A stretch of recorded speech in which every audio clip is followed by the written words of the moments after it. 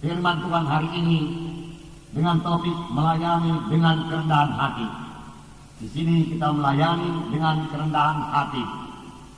Kerendahan hati, saudaraku, adalah satu sikap hati kita. Sikap hati yang sudah berubah. Diubahkan oleh Tuhan Yesus karena Tuhan sendiri yang berada dalam hati kita ini, saudaraku. Orang yang rendah hati, saudaraku, mengenal kesanggupannya. Masih banyak kekurangan. Dan karena itu dia bersandar kepada Tuhan. Dan Tuhan tidak pernah mempermalukan orang yang berserah kepadanya. Dan orang yang rendah hati, saudaraku, mengetahui bahwasanya segala sesuatu yang ada padanya adalah karunia Tuhan. Walaupun dia memiliki wajah yang tampan atau cantik, semua itu datang daripada Tuhan. Dan dia akan memakainya untuk memuliakan nama Tuhan, bukan untuk keuntungan sendiri. Walaupun dia diberkati Tuhan dengan berkat yang berkelimpahan, semua daripada Tuhan, yang membuat dia bertambah bersyukur kepada Tuhan. Puji Tuhan, saudaraku. Dan kalaupun seseorang itu tidak dikaruniakan Tuhan wajah yang tampan atau cantik, dia tahu, saudaraku, bahwasanya harta yang sebenarnya, hidup yang sebenarnya bukan terdapat dalam dunia ini, tapi dalam hidup yang kekal. Dan dia mencari perkara-perkara di atas. Itulah dia orang yang rendah hati, saudaraku. Memang segala sesuatu yang ada pada kita, saudaraku, segala sesuatu yang baik berasal daripada Tuhan. Firman Tuhan berkata. Dan firman Tuhan berkata, apakah yang ada padamu yang tidak kamu terima daripadaku? Semua yang ada pada kita, kita terima daripada Tuhan. Oleh sebab itu, kalaupun kita diurapi Tuhan, kita dipimpin Tuhan, kita diberikan Tuhan hikmat, biarlah semuanya cuma kita pakai dengan segala kerendahan hati untuk melayani jiwa-jiwa, untuk melayani Tuhan. Amin, saudara. Nah, dengan kerendahan hati, saudara, kita akan berhasil dalam pelayanan kita. Dengan kerendahan hati, saudara, kita akan berhasil dalam doa kita. Dengan kerendahan hati, saudara, kita bisa bergaul dengan sesama anak-anak Tuhan. Dan ini sangat perlu dalam kelompok sel. Kalau seorang pemimpin kelompok sel cukup rendah hati, saudaraku, dia bisa mengenal semua anggota-anggotanya dalam kelompok sel tersebut. Dan ini akan sangat menolong dia dalam mendoakan anggota-anggota kelompok selnya satu persatu. Saya percaya kuasa doa. Seorang pemimpin kelompok sel yang berdoa buat anak-anak Tuhan di kelompok selnya, pastilah diberkati Tuhan. Baik pemimpin kelompok sel yang berdoa, baik anak-anak Tuhan dalam kelompok sel tersebut akan diberkati Tuhan. Karena Tuhan kita Tuhan yang mendengarkan dan menjawab doa. Oleh sebab itu, pada saudara pemimpin kelompok sel, wakil pemimpin kelompok sel, dia dalam kelompok sel saudara-saudara saling mendoakan. Dan saudara mengenal semua anggota-anggota kelompok sel saudara. Dan saudara mengenal persoalan-persoalannya. Saudara mengenal kekuatan-kekuatannya. Saudara mengenal panggilannya. Saudara mengenal kelemahan-kelemahannya. Dan itu semua saudara bawa di hadapan Tuhan. Dan saudara sampaikan kepada Tuhan dalam doa yang bersungguh-sungguh dengan segala kerendahan hati. Jangan pernah menganggap saudara itu lebih tinggi daripada mereka, lebih rohani daripada mereka, saudara lebih berhikmat daripada mereka. Saudara, kita sesama anggota tubuh Kristus, masing-masing ada kelebihan, ada kekurangan, tapi kita ini semua saling melengkapi satu sama lain. Demikian juga halnya dalam kelompok sel, kita perlu saling mendoakan. Biar pemimpin kelompok sel, saudaraku, merasa dirinya tidak lebih tinggi, saudaraku, dari anggota-anggota kelompok sel, saudaraku, walaupun dia yang melayani, saudaraku. Karena, saudaraku, pemimpin KKS bukanlah suatu jabatan, saudaraku, bukanlah satu kedudukan, tapi satu pelayanan yang dipercayakan Tuhan kepada saudara. Supaya pelayanan saudara boleh sampai kepada maksud Tuhan, supaya pelayanan saudara boleh berbuah, yaitu saudaraku, kelompok sel saudara berbelah menjadi dua, dan kemudian datang jiwa-jiwa baru lagi yang saudara layani dia dengan mengenal dia, saudara dengan bersekutu dengan dia, sehingga dia kemudian menjadi murid. Semua yang terlaksanakan dengan rendah hati, maka kelompok sel saudara akan berhasil dan saudara memberi buah kepada Tuhan. Dengan kerendahan hati, saudaraku, kita lebih mudah menginjil, karena saudaraku, kita tidak akan merasa segan-segan untuk mendatangi rumah tangga yang di sekitar kelompok sel kita, karena kita sudah cukup rendah hati untuk datang kepadanya, mengabarkan Injil Tuhan kepadanya. Inilah berkat-berkat daripada rendah hati, saudaraku. Biar semua kita memiliki, saudaraku, kerendahan hati ini, saudaraku. Ini terjadi karena Yesus yang rendah hati tinggal dalam kita. Nanti akan kita bacakan ayat yang mengatakan, marilah kepadaku kamu sekalian yang letih lelah dan beban berat, aku memberi sentosa kepadamu. Belajarlah kepadaku, karena aku rendah hati dan lembut hati, maka kamu akan mendapat ketenangan. Maka kamu akan mendapat ketenangan bagi jiwamu, firman Tuhan berkata. Haleluya.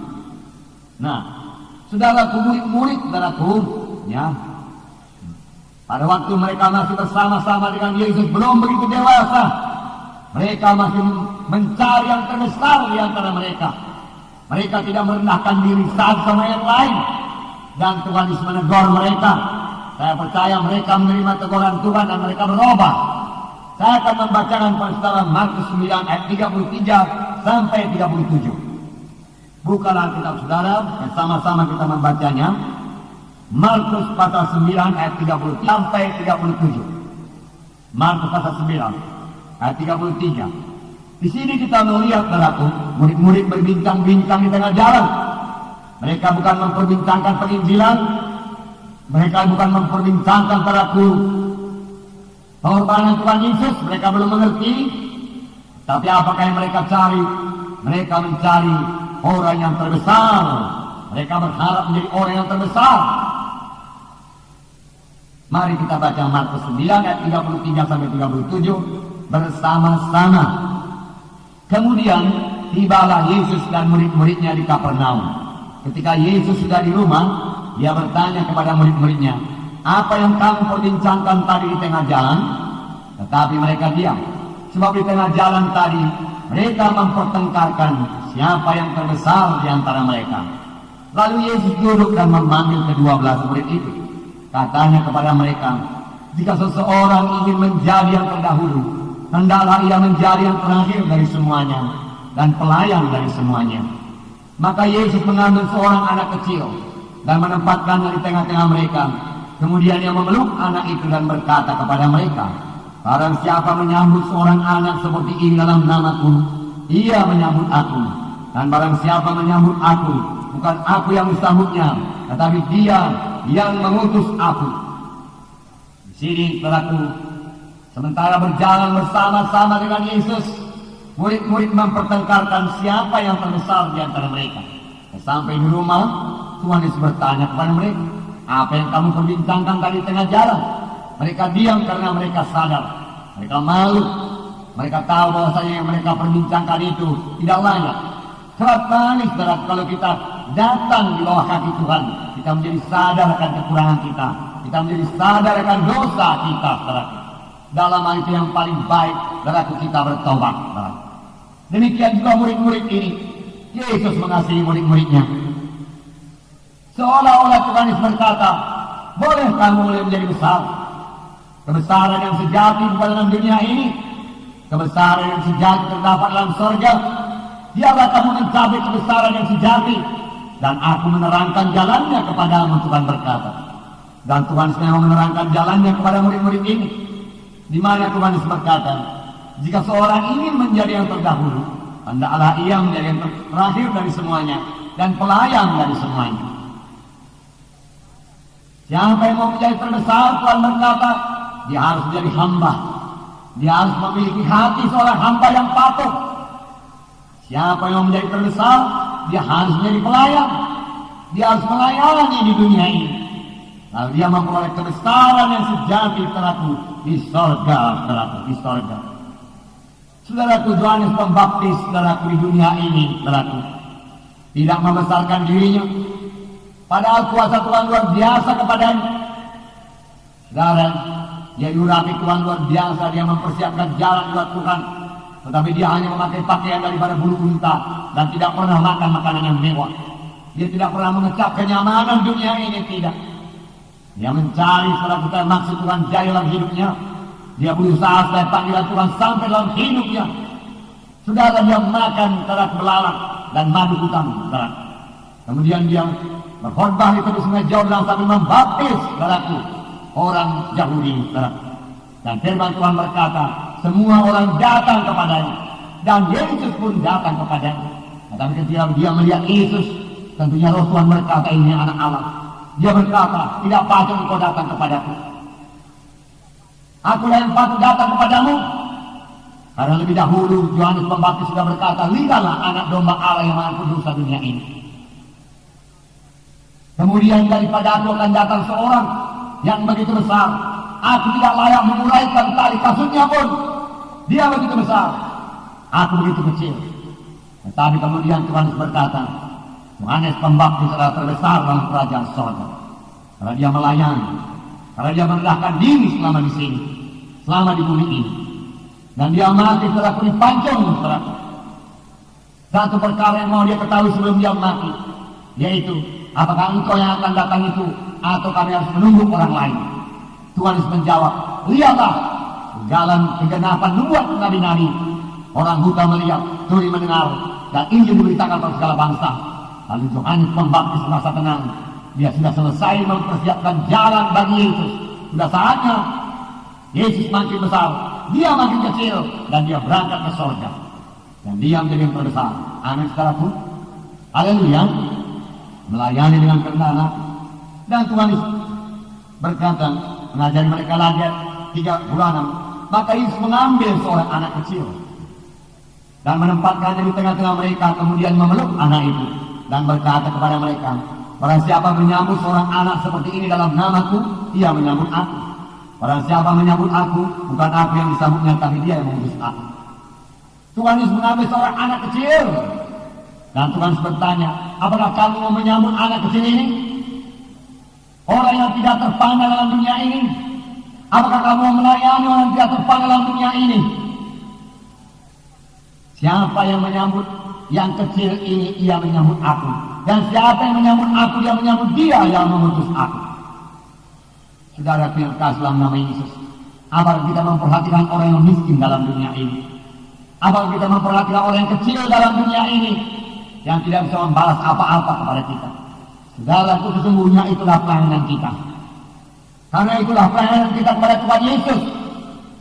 Tuhan Yesus pernah berkata, mengajari murid-muridnya, marilah kamu sekalian, kamu yang dikasihi Bapa, terimalah kerajaan yang sudah disediakan bagimu.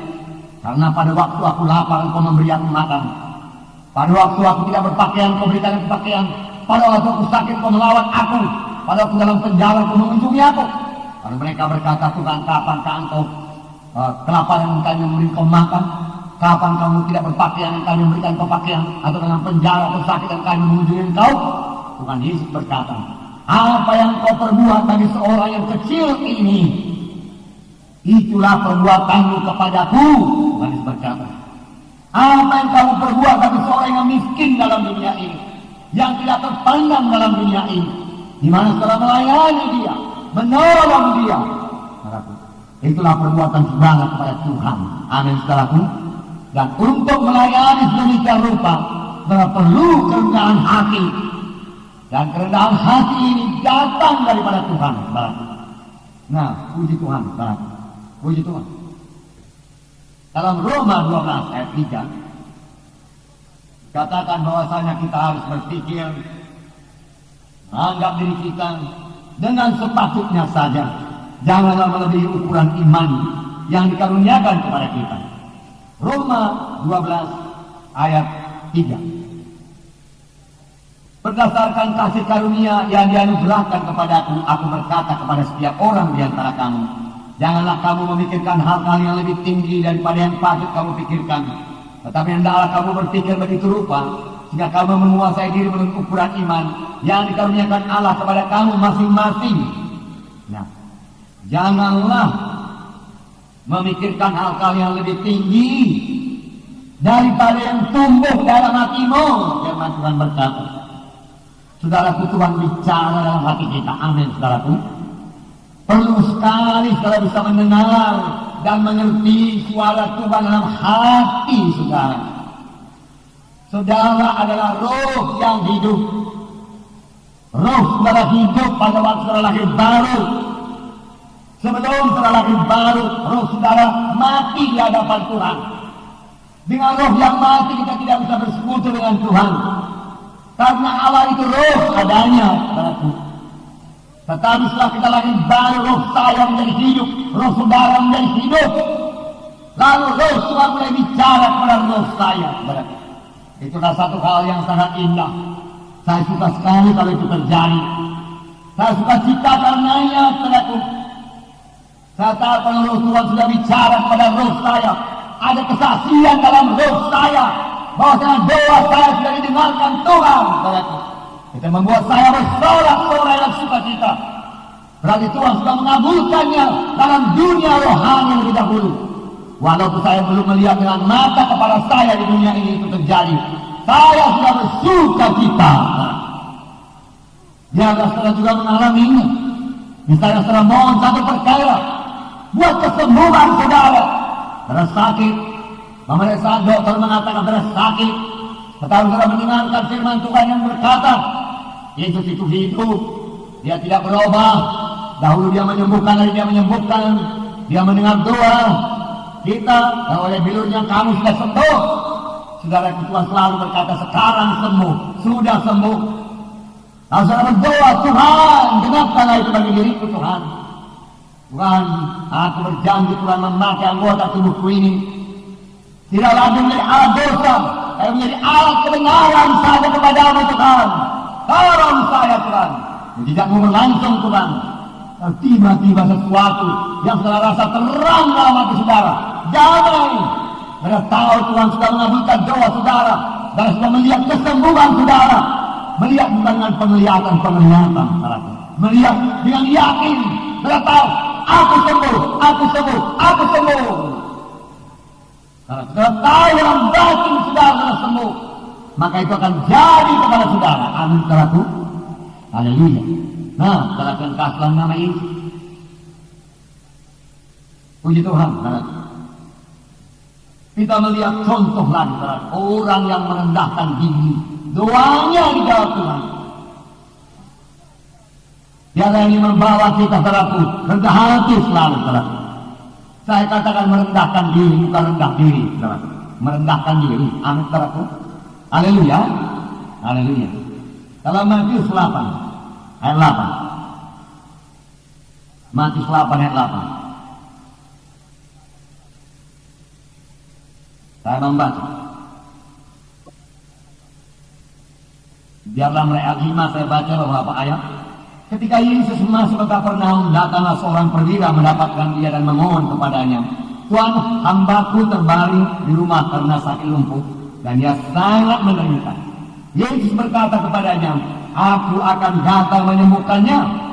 Tetapi jawab perwira itu kepadanya, Tuhan, aku tidak layak menerima Tuhan dalam rumahku. Katakan saja sepatah kata, maka hambaku itu akan sembuh. Sebab aku sendiri seorang bawahan, dan di bawahku ada pula prajurit. Jika aku berkata kepada salah seorang prajurit itu pergi, maka ia pergi, dan kepada seorang lagi datang, maka ia datang, ataupun kepada hambaku kerjakanlah ini, maka ia mengerjakannya. Setelah Yesus mendengar hal itu, heranlah ia, dan berkata kepada mereka yang mengikutinya, aku berkata kepadamu, sesungguhnya iman sebesar ini tidak pernah aku jumpai pada seorang pun di antara orang Israel. Haleluya. Saya percaya ada hubungan antara kerendahan hati dan iman. Sebab kita katakan tadi, oleh rendah hati mengetahui keterbatasannya, dan karena dia mengetahui keterbatasannya, dia bergantung kepada Tuhan, dia beriman kepada Tuhan. Pengulas kali ini terhadap seorang yang terpandang. Pada zaman itu kalau dia jalan di tengah jalan, orang membungkuk kepadanya. Dia seorang dihormati, dan seorang hambanya, seorang prajuritnya sakit, dia mengasihi. Amin, saudaraku. Haleluya. Centurion biasanya membawahi 100 orang, jadi masih ada 99 orang lagi yang bisa bekerja. Tetapi dia memperhatikan yang satu orang itu sakit, jatuh kasihan. Dia dengar tentang Yesus, dan dia datang kepada Yesus dan berkata, Tuhan, hambaku terbaring di rumah sakit karena lumpuh. Dan Tuhan berkata, aku akan datang menyembuhkannya. Aku akan datang menyembuhkannya. Lihatlah hati Yesus dalam hal ini, saudara. Saudara yang sakit, jangan katakan Tuhan tidak mau menyembuhkan saya. Itu sangat menyakitkan hati Tuhan, saudara. Karena dia datang terutama untuk mengangkat dosa saudara, dan mengangkat akibat dosa saudara, terutama penyakit. Saudara, penyakit. Aku akan datang menyembuhkannya, walaupun dia bukan orang Israel. Aku akan datang menyembuhkannya.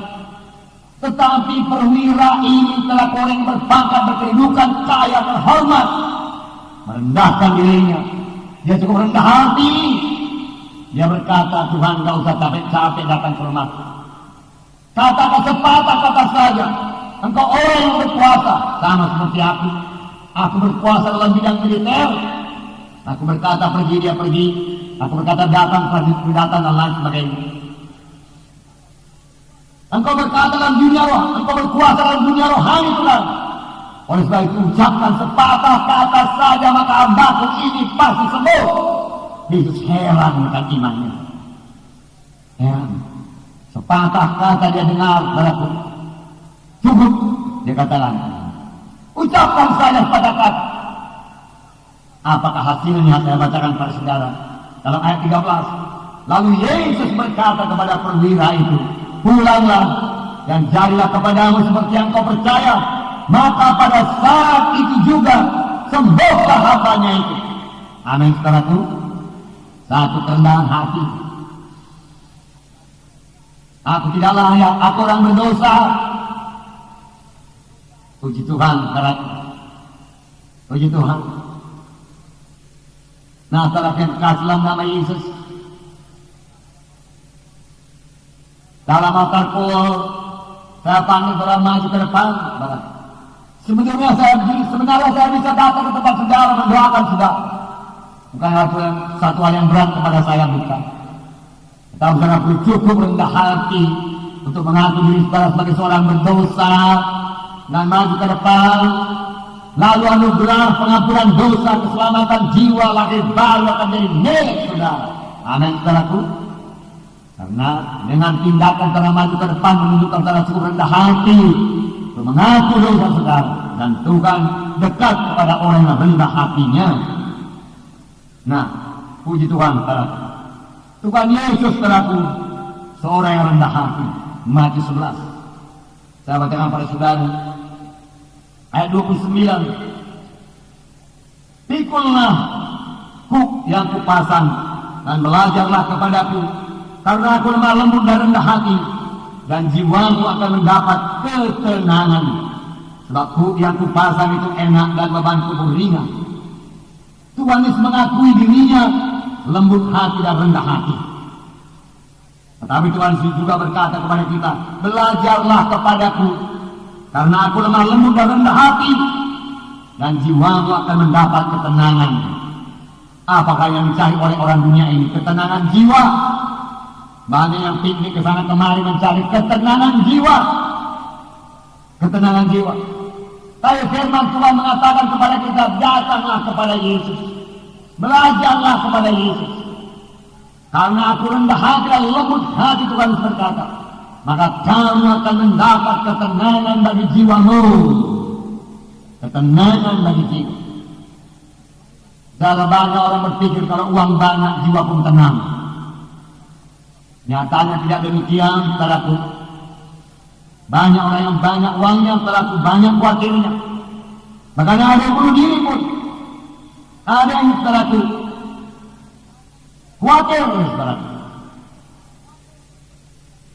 Ada yang berpikir kalau sudah cukup jaminan hidup akan ada ketenangan hidup. Saudaraku, jaminan hidup yang mana ini sekarang yang kita cari, saudaraku? Jaminan hidup dalam dunia ini saja kah? Yang 60, 70, 90 tahun, 100 tahun yang kita katakan. Atau jaminan hidup yang kekal? Yang mana yang paling perlu? Apakah kita mengejar jaminan hidup dunia yang 60 tahun ini? Atau jaminan hidup yang kekal? Saya percaya surga. Saya percaya ada hidup sesudah hidup ini.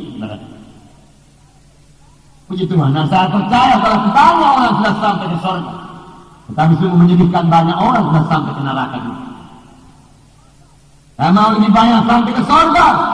Sebagai kita mengabarkan Injil, saudara, seperti dikatakan firman Tuhan tadi, kekayaan sejati, kebesaran sejati, di manakah? Di manakah kita kejar? Apakah kita perlu mengejarnya di dunia ini? atau pada hidup yang kekal. Firman Tuhan berkata, carilah hidup yang kekal. Saya akan kerajaan Allah dan kebenarannya, maka sekaliannya akan ditambahkan padamu. Firman Tuhan berkata, bukan salah kaya dalam dunia ini. Yang salah hanya kaya dalam dunia ini, tapi tidak kaya di hadapan Tuhan.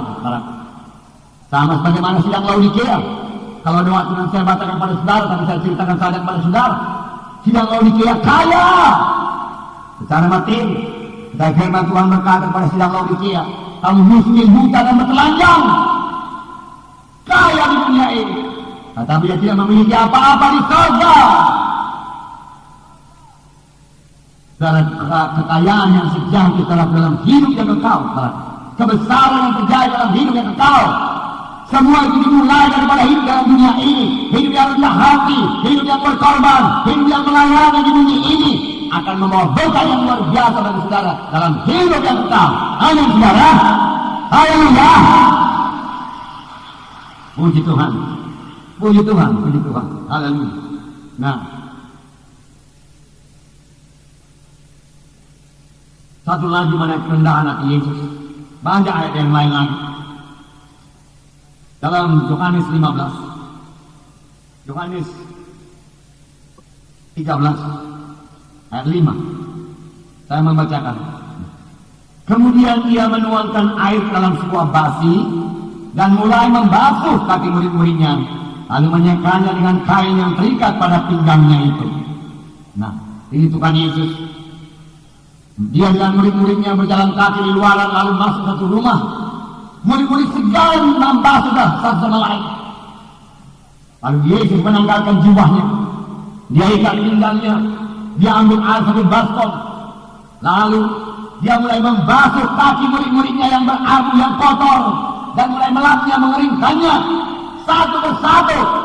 Petrus mula-mula menolak. Tetapi Tuhan berkata, kalau engkau tidak ikut dibasuh kakimu, engkau tidak dapat bagian dalam aku dan kerajaan sorga. Basuhlah seluruh tubuhku juga. Petrus berkata, tapi Tuhan Yesus berkata, kakimu saja yang kotor, aku akan membasuhnya. Kemudian Tuhan Yesus berkata dalam ayat 13, kamu menyebut aku guru dan Tuhan, dan katamu itu tepat, dan sebab memang akulah guru dan Tuhan.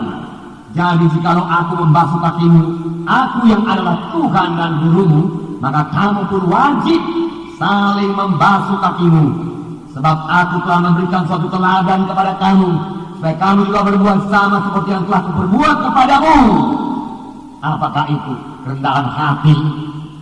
Yesus Tuhan, Yesus Guru. Tidak ada guru dalam dunia ini yang melebihi Tuhan itu. Yang menyamai juga tidak ada. Tidak akan pernah ada. Dia Tuhan yang menciptakan langit bumi, mengambil baskom saudaraku. Lalu saudaraku membasuh kaki murid-muridnya satu persatu, kaki yang berabu. Bukan seperti kaki saudara-saudara. Kaki saudara-saudara cukup bersih. Saudara pakai sepatu, pakai kaos lagi, saudara cukup bersih. Nah, tetapi kaki murid-murid berjalan di debu sana, dibasuh oleh Tuhan istilah. Kalau aku Tuhan dan Guru berbuat demikian, kamu juga wajib saling membasuh. Kamu juga wajib mau merendahkan dirimu untuk melayani saudara-saudaramu. Kamu juga wajib merendahkan dirimu untuk menolong saudaramu, untuk mengasihi saudaramu, untuk mendoakan saudaramu.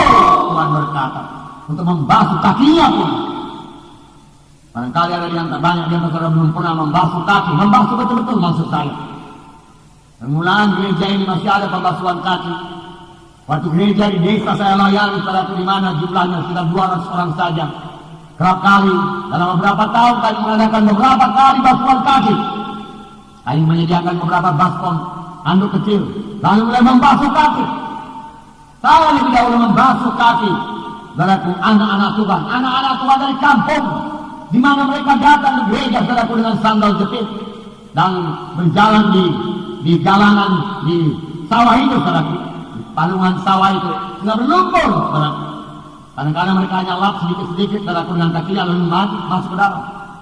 Kalau tiba saja pembasuhan kaki, saya memang betul-betul membasuh kaki mereka itu sampai bersih, saudara. Kemudian saya lap, tetapi dalam membasuh saya doakan dia, pejalan rohaninya bersama benar, pakai dia Tuhan, berkati dia Tuhan, berkati keluarganya Tuhan. Sambil saya merendahkan diri, dan memang berhasil pelaku. Sampai sekarang mereka menjadi jemaat yang kuat di desa-desa sana. Setelah 20 tahun lebih saya tinggalkan, mereka tetap melayani Tuhan, mengikut Tuhan, dan mereka bertumbuh berkembang, mengabarkan Injil kepada kita.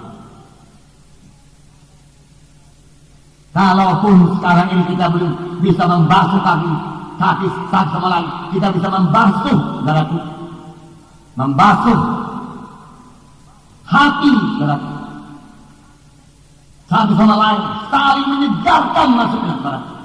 Tiap-tiap orang yang sudah dibasuh kakinya itu jadi segar. Biarlah pelayanan kita kepada anak Tuhan yang lain menyegarkan dia, ucapan kita kepada anak Tuhan yang lain menyegarkan dia, ucapan kita membangunkan imannya. Amin saudara. Jangan ucapan kita membuat dia lemah. Kalau kita mengucapkan beberapa perkataan, oh tumbuh imannya, bisa sembuh kalau demikian. Nah, jaga ucapan kita menyegarkan anak Tuhan yang lain. Itu juga termasuk bahagia rohani daripada pembasuhan kaki. Nah, saudara yang kasih dalam nama Yesus, beberapa orang dalam Alkitab datang kepada Tuhan sedang tersungkur, yang sungguh-sungguh merendahkan dirinya, dan rata-rata mereka itu, kalau boleh saya katakan semuanya mereka itu menerima jawaban dari Tuhan. Saudara, tapi ada saatnya saudaraku, kita perlu berlutut berdoa, bahkan tersungkur berdoa. Beberapa kali saya tersungkur berdoa kepada Tuhan. Teman saya mau melayani di KKR, saudaraku, saya melihat kekurangan saya.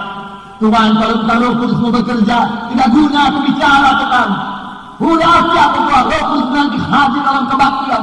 Tolong jiwa-jiwa Tuhan, kalau Roh Kudus yang bisa memimpin dia kepada keselamatan Tuhan. Saya katakan, saudaraku, saya meletakkan diri saya tersungkur di hadapan Tuhan. Tolong Tuhan, tolong Tuhan. Ya jiwa-jiwa selamat, jiwa-jiwa sembuh, jiwa-jiwa mengerti Injilmu Tuhan. Saya katakan, dan Tuhan mendengar dan menjawab saudaraku. Saudara, di dalam perjanjian baru, dalam Markus pasal 5, saya membacakan seorang yang tersungkur di depan Yesus, dan Tuhan menolong dia. Markus pasal 5, ayat 22. Datanglah seorang kepala rumah ibadat yang bernama Jairus.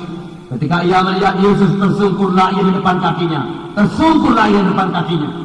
Dan memohon dengan sangat kepadanya. Anakku perempuan sedang sakit, hampir mati. Datanglah kiranya, meletakkan tangan muatanya supaya ia selamat dan tetap hidup. Lalu pergilah Yesus dengan orang itu. Lihat, segera Yesus berangkat dengan dia.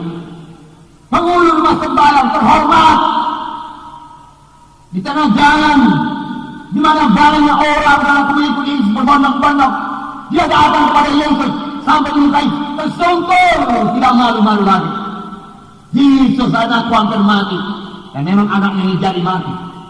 Memang mati anak Jairus kemudian, saudaraku, tetapi kemudian dihidupkan Tuhan.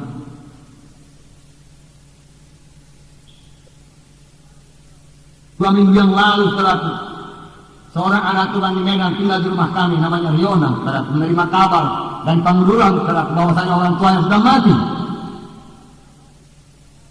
Nah, lalu dia menangis. Saudara, lalu kami nasihati dia, berikan firman Tuhan, kami kuatkan dia, saudaraku, dan kami berikan bekal ala kadarnya. Dia berangkat ke penguluran, saudaraku. Tapi sampai di penguluran, saudaraku, orang tuanya itu hidup kembali.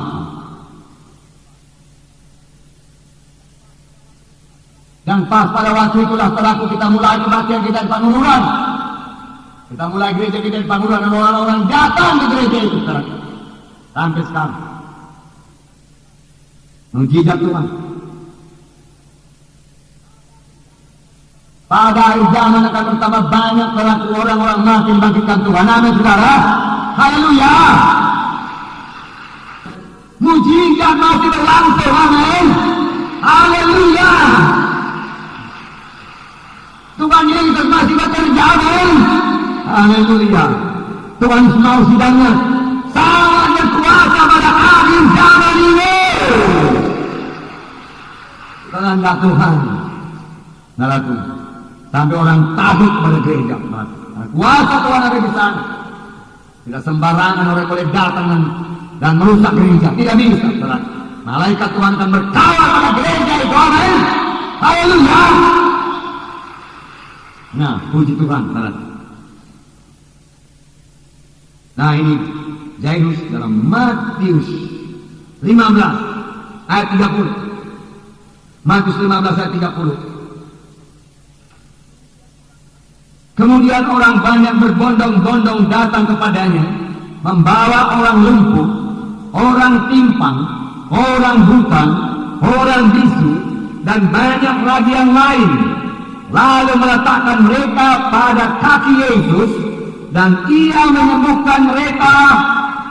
Apa? Kuat-kuat. Dan ia menyembuhkan mereka semuanya. Haleluya. Lihat lagi sekarang. Mereka letakkan saja di bawah kaki Yesus. Tidak satu pun ditolak Tuhan. Inilah kasih Tuhan.